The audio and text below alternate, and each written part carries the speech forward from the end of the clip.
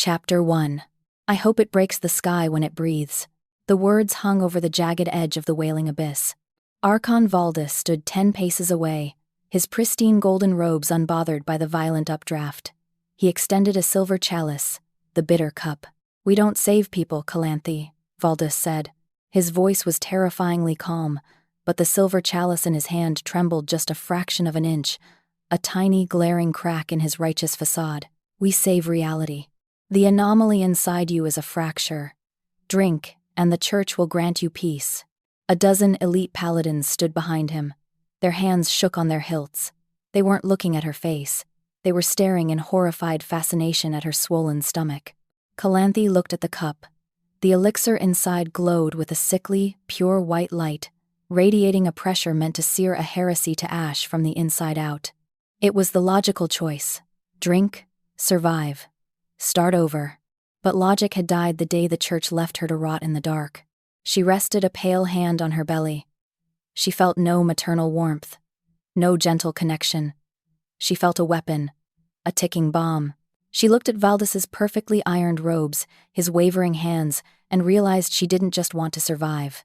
She wanted them to suffer. A twisted, ugly euphoria clawed its way up her throat. She wanted the whole damn world to burn, just to see the holy Archon lose his composure. "Give it to me," she demanded. A collective shuddering breath escaped the paladins. Valdis stepped forward, closing the distance. He placed the heavy silver chalice into her palms. "A wise choice," Valdis murmured, relief flashing in his eyes. "May the light cleanse you." Calanthe looked down at the boiling holy water, then back up at him. The toxic smile on her lips was blinding. "Let it starve." She flicked her wrists and hurled the boiling elixir directly into his face. Valdis didn't scream, but he staggered backward. His holy wards hissed violently, cracking the air like a whip as the sheer magical pressure scorched his golden armor. "Archon!" a paladin roared, drawing his blade. "Grab her!" Valdis gasped, dropping to one knee, his unshakable calm finally shattered. The paladins lunged. Calanthe didn't run. She didn't cower. Watching the chaos, the broken formation, the panic of the holy men, she felt an intoxicating rush of absolute power. She stepped backward. Voluntarily, gravity yanked her down. The howling wind of the abyss instantly swallowed the shouts of the paladins above. She plummeted into the pitch-black maw of the earth. She didn't close her eyes. She let the adrenaline tear through her veins. Then, the wind stopped. Not gradually, instantly. The world warped. Up became sideways. The freezing air turned to heavy ozone and ancient, suffocating dust. A crushing pressure wrapped around her falling body, stopping her momentum so abruptly her ribs groaned. It wasn't hands catching her. It was solid, freezing shadow. The absolute silence was deafening. Something colossal shifted in the dark. A massive, scaled muzzle pressed firmly against her stomach. It didn't feel like a living beast. It felt like standing at the edge of a collapsing star. The telepathic wave didn't speak to her mind. It bypassed her ears entirely, scraping against the inside of her skull like rusted iron and tasting of copper. Flesh and architecture. Fragile. The shadow didn't hold her like a lover. It vacuum-sealed around her body, violently restricting her lungs. The rot inside is symmetrical to the void. The massive snout nudged her violently, a physical calibration rather than a caress. "Do not expire. Vessel required." The crushing weight tightened, suffocating, and entirely devoid of empathy. Mine. Chapter 2. The ground wasn't stone. It was bone. Calanthe opened her eyes. The dark was absolute, thick enough to taste. She lay on a massive, rusted nest constructed from the ribs of dead leviathans. She sat up. Her back ached, but the child inside her was terrifyingly quiet. No shifting, just a heavy, unnatural density anchoring her to the marrow-stained floor. The temperature plummeted. The air turned to glass. He didn't walk into the cavern. He manifested. The shadows peeled apart, revealing a colossal, vaguely lupine silhouette. His proportions were horribly wrong. He moved like a skipped frame in a broken film. Something slammed onto the ground at her feet. It was an unrecognizable creature from the upper layers of the abyss. It wasn't bleeding. It was unraveling. Its physical form crackled with violent purple energy, sounding like crushing concrete. The telepathic voice bypassed her ears, vibrating directly into her teeth. Density lacking. Consume the mass. Calantha stared at the twitching, disintegrating pile of raw kinetic energy. I am not a scavenger, she said, her voice perfectly steady. Get it out of here. The massive shadow went entirely still. The concept of refusal didn't compute. The vessel degrades. Consume. I said no. The air pressure doubled instantly. Calantha's eardrums popped. She was forced to her knees, clutching her throat as the oxygen was simply deleted from her immediate vicinity. He stepped closer. The immense, freezing muzzle descended. He wasn't trying to punish her. He was applying force to correct a malfunction. Error. The voice ground against her skull. Malnutrition halts the sequence. Open the intake. He shoved the unraveling mass closer. The radiation immediately blistered her pale skin. Calantha gasped, black spots swarming her vision. She was going to die right here, suffocated by an unfeeling cosmic bulldozer. She needed a leash. Her fingers dug into the rusted bones. She pulled on the deepest, most despised part of her soul, the light magic she had weaponized for the church. She summoned a single, warm, golden spark. Instantly, the entity reacted. Holy anomaly, threat, purge. The crushing gravity tripled. Calantha's ribs groaned. A sharp metallic taste flooded her mouth. The shadow moved to crush her completely. It was an almost fail that nearly broke her spine. But she didn't stop. Fighting the agonizing pressure, her hand shook violently as she lunged forward, slamming her glowing palm directly against his freezing, shifting scales. Good boy, she rasped, her voice a toxic hiss. The collision was catastrophic. The shadows shrieked. The massive entity didn't just submit, he short-circuited. His physical form spasmed violently, tearing at the space around them as his alien programming fought the holy anomaly. But the light was warm, and the abyss was starving. The absolute authority dissolved into chaotic static. The suffocating gravity vanished. Calantha collapsed, ripping air into her lungs just as the colossal body slumped forward, crashing onto the bone nest with a deafening impact. He let out a ragged, pathetic whimper. The freezing shadows receded, leaving his terrifying head resting heavily against her knees. Warm. The telepathy was fractured, desperate, unrecorded variable. Touch again. Calantha wiped a line of blood from her chin. She looked down at the apex predator of the abyss, trembling like an addict under her glowing palm. A genuine, twisted smile spread across her face. Look at you, she murmured, her fingers curling possessively into the gaps of his armor. She let the glow fade from her hand. Instantly, a low, panicked whine vibrated through the cavern. Absence. Pain. Return the variable. No, Calantha said softly, pulling her hand away entirely. She crossed her arms, watching him suffer the withdrawal. Not until I'm ready. From the deeper shadows, two shapes detached themselves. Well, a grating, gravelly voice echoed. A gargoyle missing half his left horn limped forward. Behind him glided a woman draped in tattered black feathers, her eyes milky white and completely blind. Look at the human, the gargoyle sneered. 5 minutes in the dark, and she's already playing with the apocalypse. She isn't playing snag, the blind crow woman murmured, tilting her sightless head. She's weaving a collar, and he's already choking on it. Calantha didn't look at them. She kept her eyes on the trembling shadow at her feet. Then you better learn to be quiet, Calantha said coldly, or I'll let him off the leash. Chapter 3. The abyss didn't have mornings. It only had varying degrees of freezing dark. Calantha sat on the massive throne of rusted bone. Vicarian was quiet. His colossal form was coiled around the base of her makeshift nest, an impenetrable fortress of jagged shadows. Suddenly, a violent spike of pain drove directly into her temple. Calantha gasped, her hands flying to her swollen stomach. The child inside her, the anomaly, convulsed violently, rejecting the frequency. A sharp, agonizing cramp doubled her over. For a split second, the facade of absolute control shattered. She was human. She was fragile. And she was breaking from the inside out. Calantha. The voice echoed inside her skull, pristine and dripping with artificial grace. Archon Valdis. The light does not abandon its stray sheep, even in the deepest dark. Calantha forced herself to sit up, swallowing the metallic taste of blood in her mouth. She pushed her thought back up through the psychic tether. Archon. Did my holy water leave a scar? I certainly hope it did. A brief, icy pause. Your arrogance is a sickness, Valdis projected, his voice perfectly controlled. We are tracking the faint signature of the chasm. Drop your light magic. Guide us. If you do not, the paladins have orders to collapse the entire sector on your head. The connection snapped. Calanthe opened her eyes, her breathing shallow.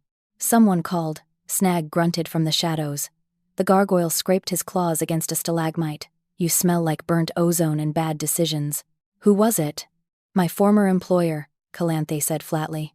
Rook glided forward, her blind white eyes staring into the dark tunnel.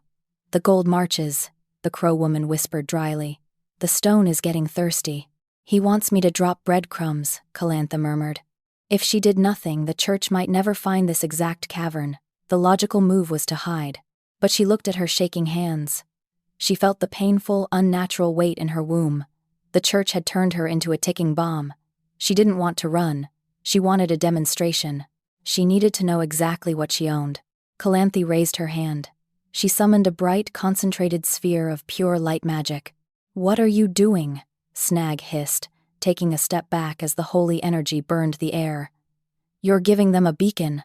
Calanthe didn't answer. She let the glowing orb drop to the bone floor. Then, she created another, and threw it 10 yards down the tunnel. I am testing a theory, Snag, she said coldly. The air pressure violently warped. Vicarian moved. It wasn't a leap. It was a displacement of space. 1 second he was beneath her, the next he was standing over the first orb of light. The holy magic hissed violently against his shadow form. It was anathema to him. It was poison. It's a trail, Calanthe told him, watching him like a scientist observing a volatile experiment. The men from above are following it. They want to cut me open. Vicarian didn't roar. His colossal head snapped toward the tunnel. He reached down.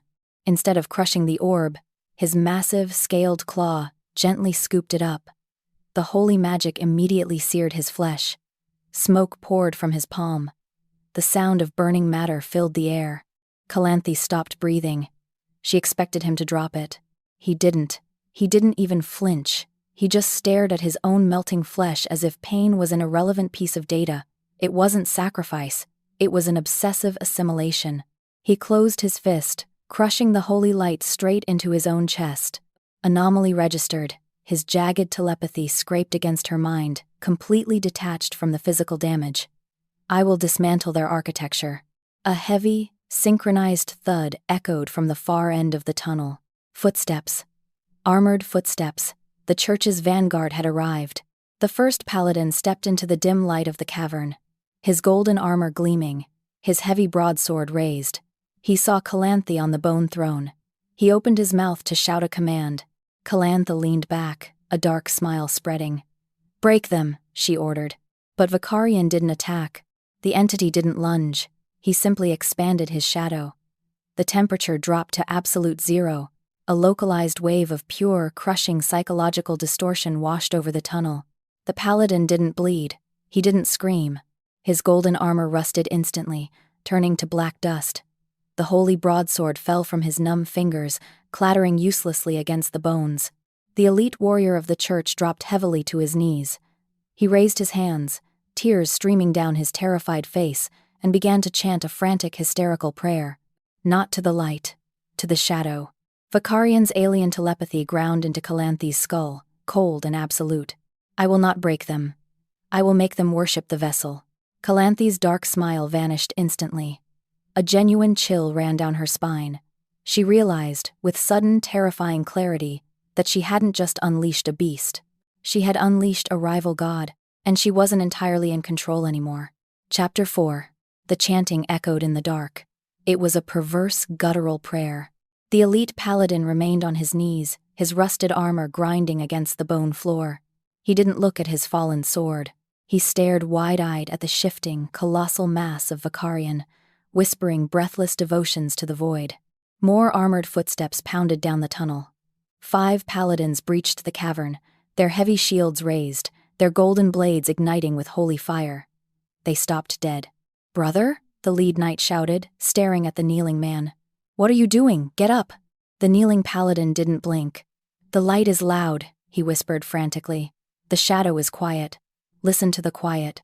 "Heretics," the knight hissed, turning his blazing sword toward Calanthe. "Kill the witch." Vicarian didn't even shift his posture. He didn't roar. He simply expanded his telepathic radius. The air pressure violently inverted. The 5 charging paladins slammed into an invisible wall of pure psychological distortion. The holy fire on their blades snuffed out instantly. One by one, their weapons slipped from their numb fingers. Their knees hit the floor in horrifying synchronization. They joined the frantic weeping choir. Calanthe sat perfectly still on her throne. The twisted thrill of power was entirely gone, replaced by a cold, crawling dread. This wasn't a slaughter. This was an infection. "Stop!" The command tore through the cavern, vibrating with raw, desperate authority. Archon Valdis stepped out of the tunnel. His pristine golden robes were scorched and ruined from her earlier attack. The calm, untouchable scholar was gone.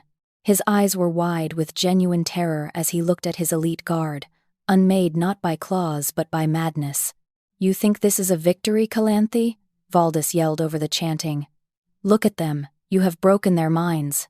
"I didn't touch them, Archon," Calanthe sneered, fighting to keep her voice steady. "Your light was just a lie they finally woke up from. The light is the only thing holding the fabric of this world together." Valdis reached into his ruined robes. He didn't draw a weapon. He pulled out a perfect, featureless black cube. It seemed to absorb the dim light around it. From the deeper shadows, Rook hissed. "The cage of nothing." "You want to play God, Calanthe?" Valdis said coldly. "Let us see how your god breathes in a vacuum." He crushed the black cube in his palm. The wailing abyss didn't make a sound. The sound was simply deleted. A shimmering, translucent box violently materialized, slamming down directly over Vicarian's colossal form. Calanthe gasped, her hands flying to her throat. The oxygen in the entire cavern was ripped away instantly. The wards of the void relic didn't just trap the entity. They stripped the space of air, magic, and spatial stability. Trap established. Threat isolated. Vicarian's telepathy was suddenly muffled, sounding like it was trapped underwater. The translucent walls of the relic immediately began to shrink. It wasn't meant to hold him. It was meant to compress him out of existence. Valdis didn't even look at the crushing cage. He marched directly toward Calanthe, drawing a heavy, golden-tipped staff from his back. "I told you," Valdis said, his voice echoing unnaturally in the airless void. "I save reality." Calanthe choked. Her lungs burned.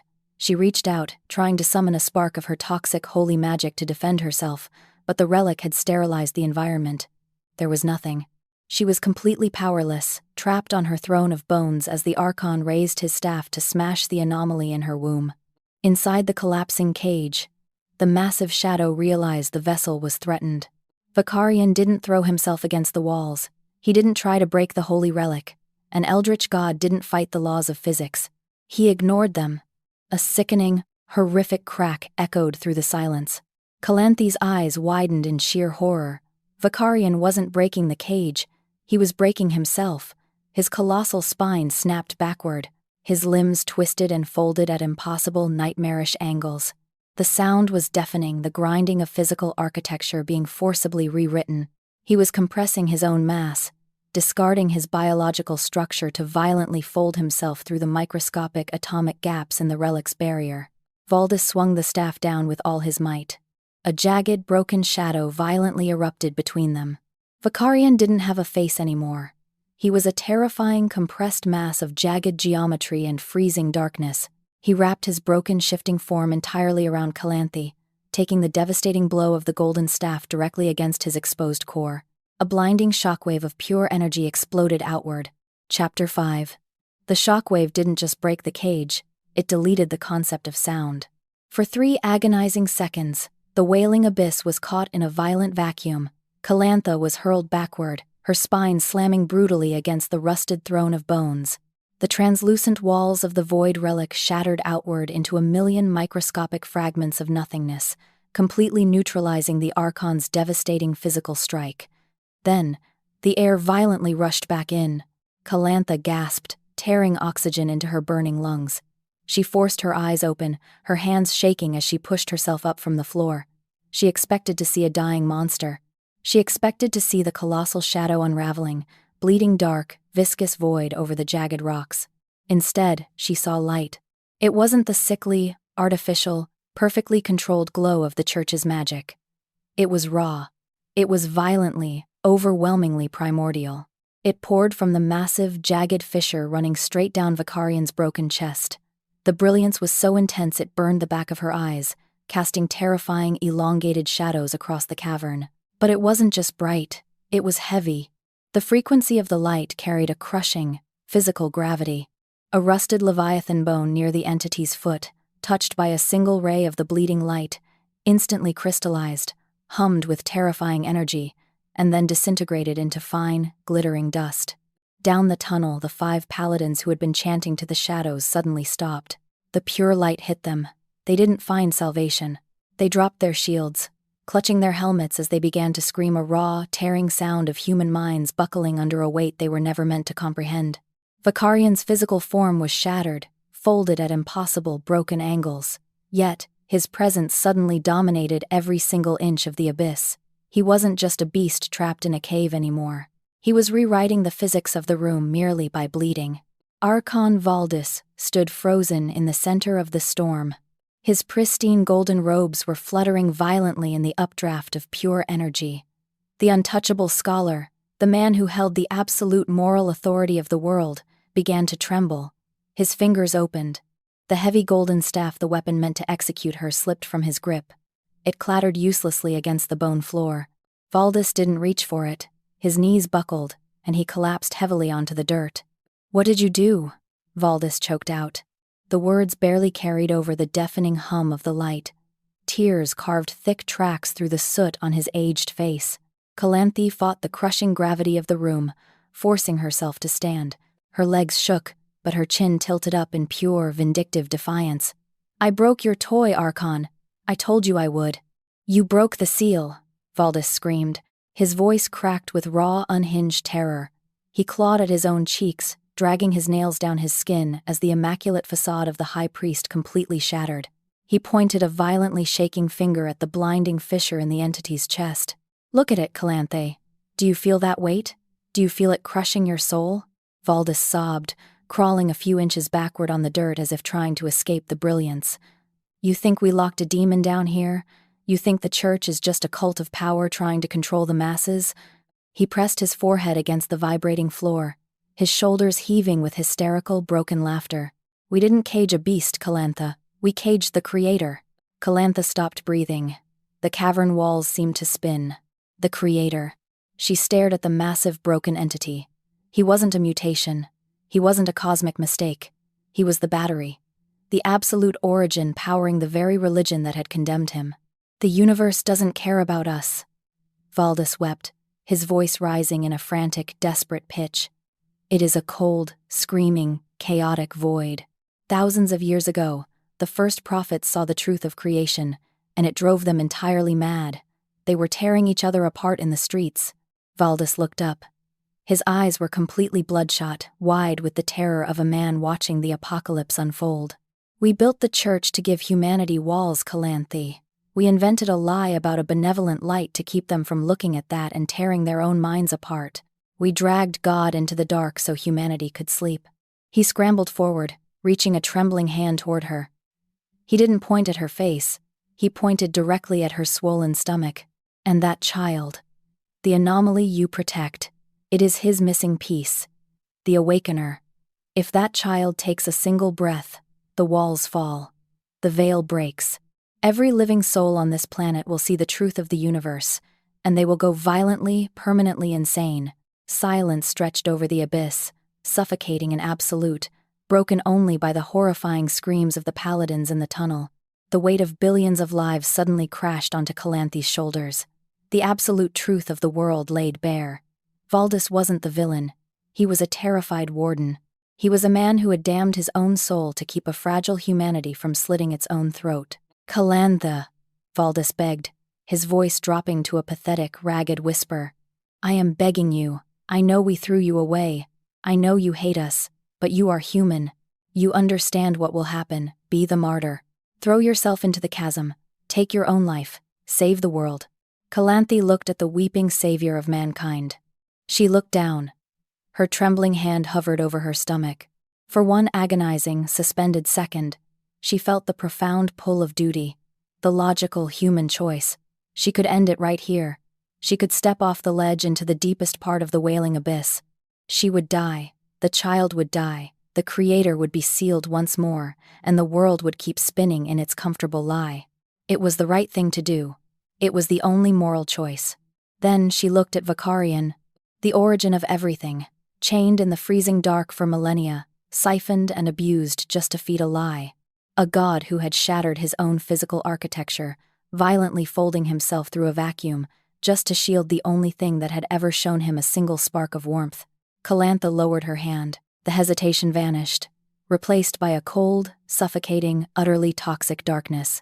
"I don't care about their walls," she whispered. "Calantha! No!" Valdis screamed, realizing what she was about to do. He scrambled desperately toward her, his hands reaching out to grab her dress. She didn't even look at him. She kicked his hand away and walked directly into the crushing gravity of the creator's core. It wasn't a peaceful union.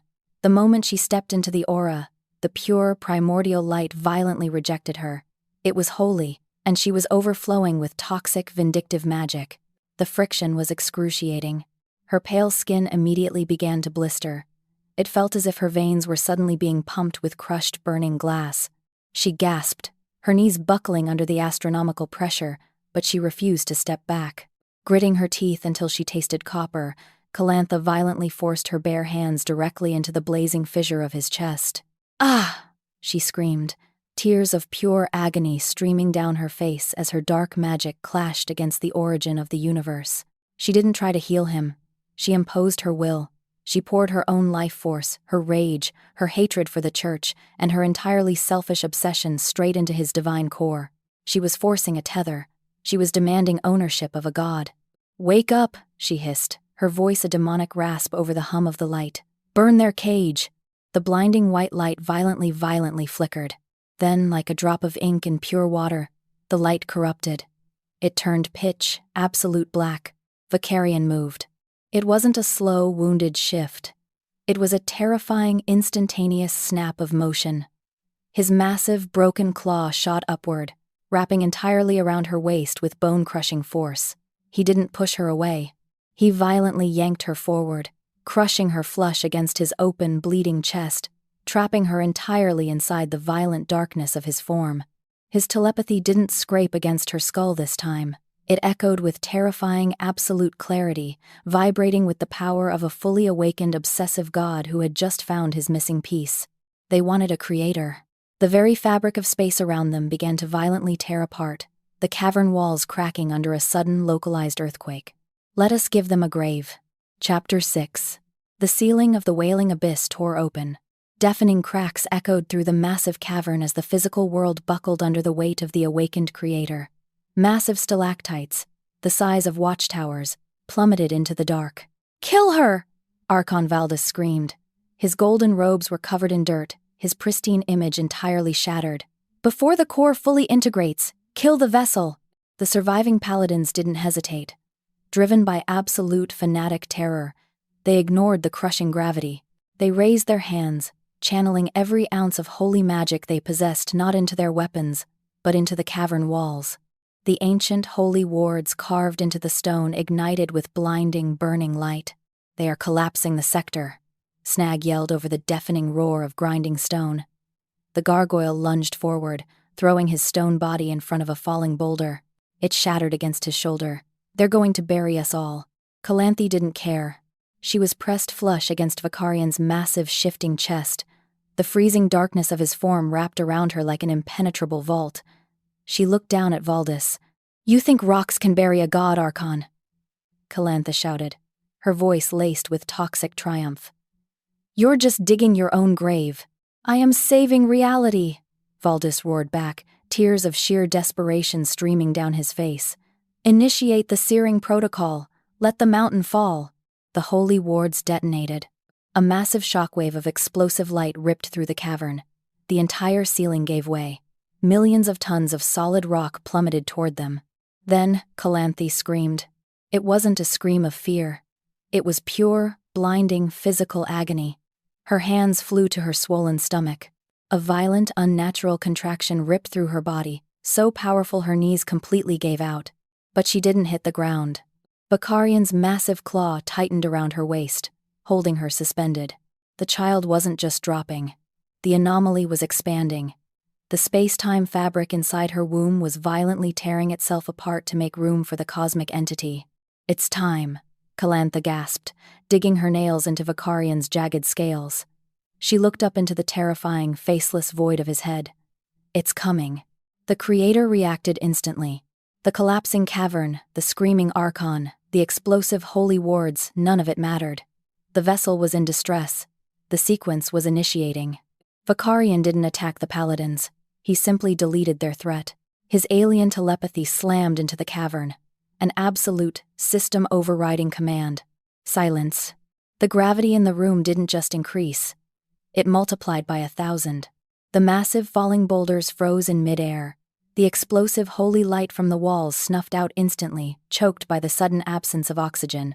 Valdis and the paladins were violently slammed face-first into the bone floor. They didn't bleed, but the sheer astronomical pressure pinned them to the dirt like crushed insects. They couldn't move. They couldn't breathe. They could only watch in muted horror. Vakarian shifted his colossal form. He folded his massive, jagged wings of solid shadow entirely around Calanthe. He layered layer after layer of freezing darkness, constructing a perfect, impenetrable dome to shield her from the collapsing world. Inside the dome, the chaos vanished. The roaring of the mountains stopped. The screams of the paladins were gone. There was only absolute, terrifying silence. Calanthe collapsed onto the floor of the shadow dome. Her chest heaved. The air was freezing, smelling of sharp ozone and heavy metallic energy. Another contraction hit her. She arched her back, a raw guttural sound ripping from her throat. But the sound didn't travel. The silence of the dome swallowed it whole. Vakarian hovered over her. He didn't offer warm human comfort. He didn't hold her hand. He anchored the space. His massive muzzle pressed gently against her shoulder, vibrating with a low, terrifying hum that stabilized the tearing reality around her. "Calibrate the vessel," his jagged telepathy echoed in her mind. "Expand the intake. Do not break."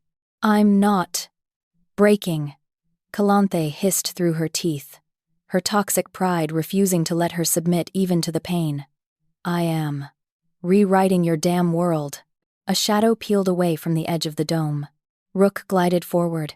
The blind crow woman had slipped through the spatial cracks before Vakarian sealed the perimeter. She knelt at Calanthe's feet, her sightless, milky eyes wide open. "The veil is tearing, human," Rook whispered, her dry voice the only sound allowed in the dome. "The abyss is hungry. Push." Calanthe screamed again. The pressure was unimaginable. It didn't feel like flesh and bone. It felt like she was trying to force a dying star out of her body. Her vision violently glitched, flashing between pitch black and blinding white. "Hold her," Rook commanded the entity. Vakarian's shadows instantly wrapped around Calanthe's wrists and ankles, locking her firmly in place. It was a terrifying, possessive grip. He was a cosmic machine ensuring the survival of his core, keeping her physical form from shattering under the pressure. "I hate them," Calanthe sobbed, the sheer agony stripping away her arrogant facade. She stared up into the shifting void above her, her vindictive hatred pouring out. "I hate the Archon. I hate the light. Irrelevant data." Vakarian's voice ground against her skull, utterly cold but fiercely protective. "They are dirt. You are the architect. Deliver the core." Calanthe let out one final shattering scream. She poured every ounce of her dark, toxic magic into the push, forcing the anomaly out of her body and into the physical plane. The wailing abyss violently shuddered. A blinding pulse of invisible energy blasted through the shadow dome, sweeping over the paralyzed paladins, over the ruined Archon, and out into the world above. Then, the agonizing pressure inside Calanthe instantly vanished. She slumped back against the freezing shadows, gasping for air. Her body was completely numb, her vision blurred. But she forced her eyes open, a wild, victorious smile spreading across her exhausted face. She had done it. She had birthed the end of the world. She waited for the cry. She waited for the deafening roar of the Awakener. She waited for the sound that would shatter the minds of humanity. Silence. The dome was perfectly, horrifyingly still. Calanthe forced herself up on her elbows. "Where is it?" she rasped, panic suddenly slicing through her triumph. "Give it to me." Rook sat back on her heels. The blind woman's hands were trembling violently. She wasn't holding a glowing cosmic child. She was holding a small, perfectly still, human-shaped infant. Rook turned her sightless eyes toward Calanthe. For the first time, the prophetic crow woman looked genuinely terrified. "There is no cry," Rook whispered, her voice cracking in the absolute dark. "There is no light." Calanthe stopped breathing. She stared at the child. It wasn't moving. It wasn't breathing. "It has no soul," Rook said, holding the motionless infant out. "It's a hollow vessel. It's empty." Chapter 8. "Fix it!" Calanthe screamed. Her voice tore through the freezing silence of the shadow dome. She clutched the motionless infant to her chest, her hands shaking violently. Rook knelt on the bone floor, her sightless eyes wide with primal terror. "It is a void, human. It is a cup waiting for water. You cannot fix a black hole." "Shut up!" Calanthe snapped. She looked up at the colossal, shifting form of Vicarion anchoring the dome.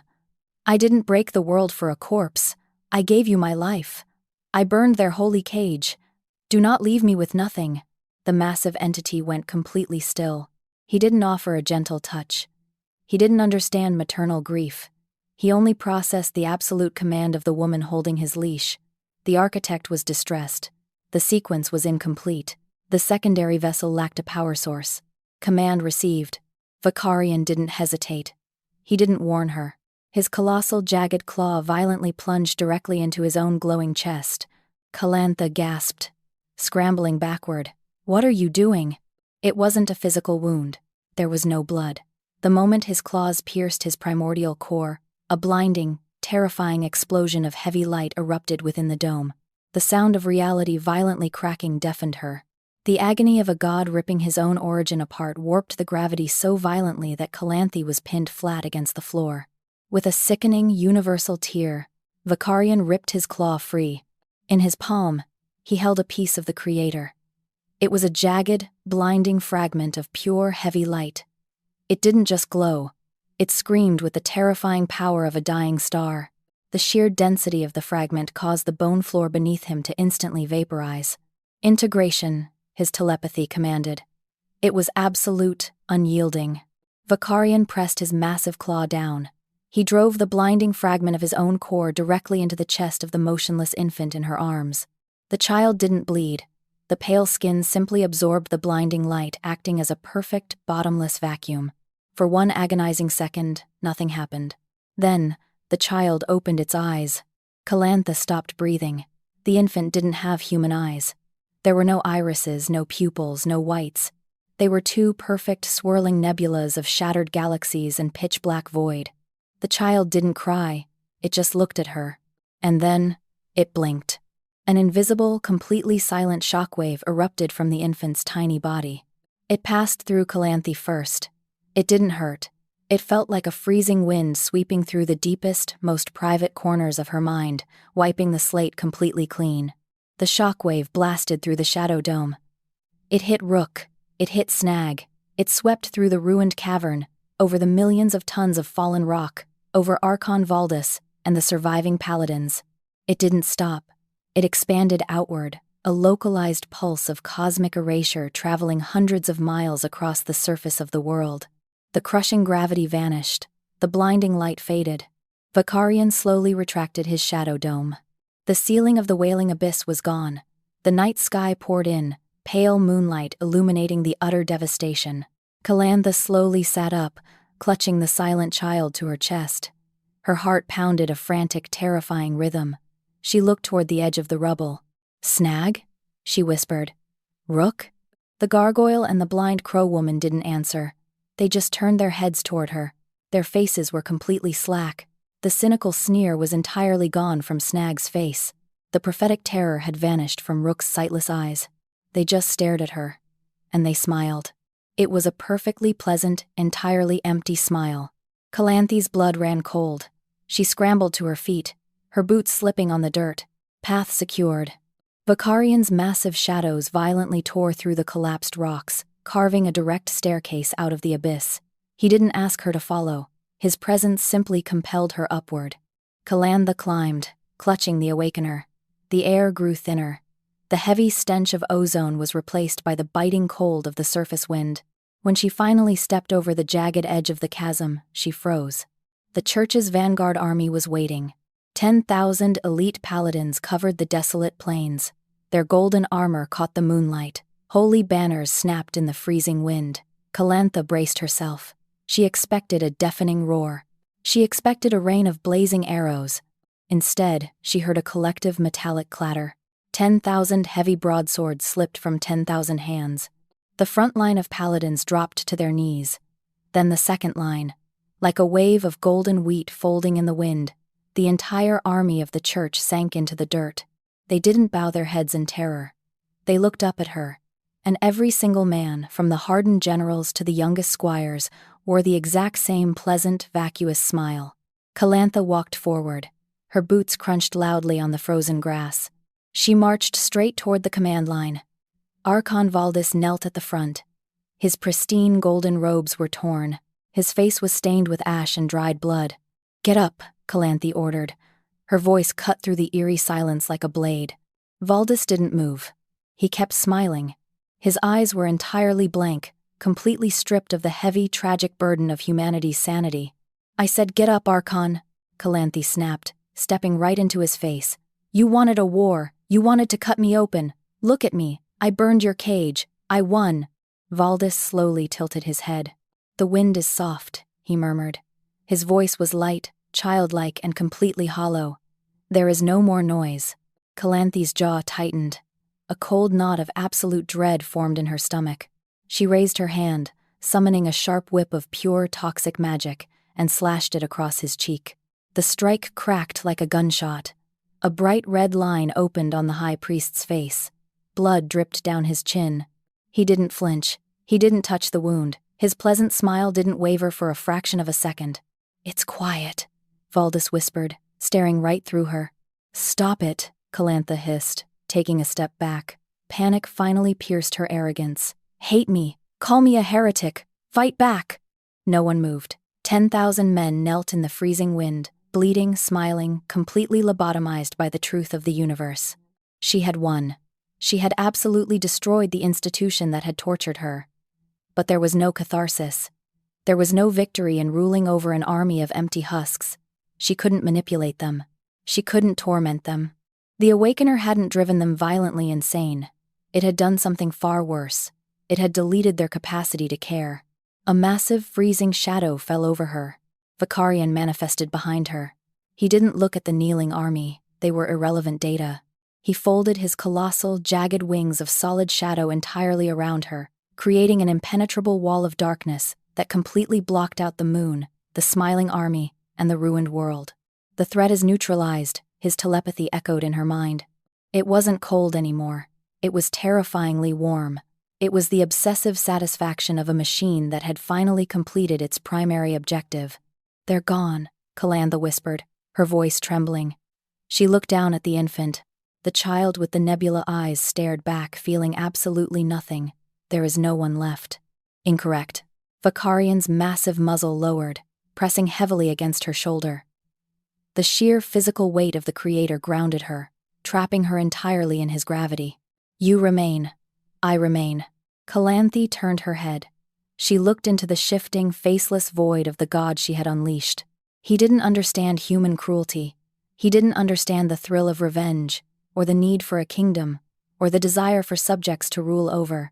He only understood possession. He had burned the world not to give her a throne, but to ensure nothing would ever distract her from him again. "The world is silent," Vicarian projected.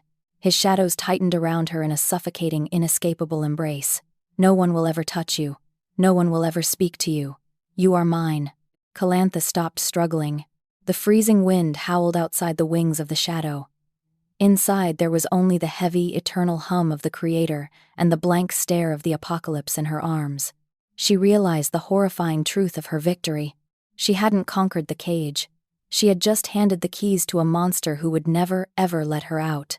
A slow, chilling smile spread across Calanthe's face. It was the smile of a woman entirely broken by her own ambition. She leaned back against the freezing dark of her god, her toxic heart finally accepting its twisted kingdom. "Yes," she whispered, her voice completely swallowed by the void, perfectly quiet.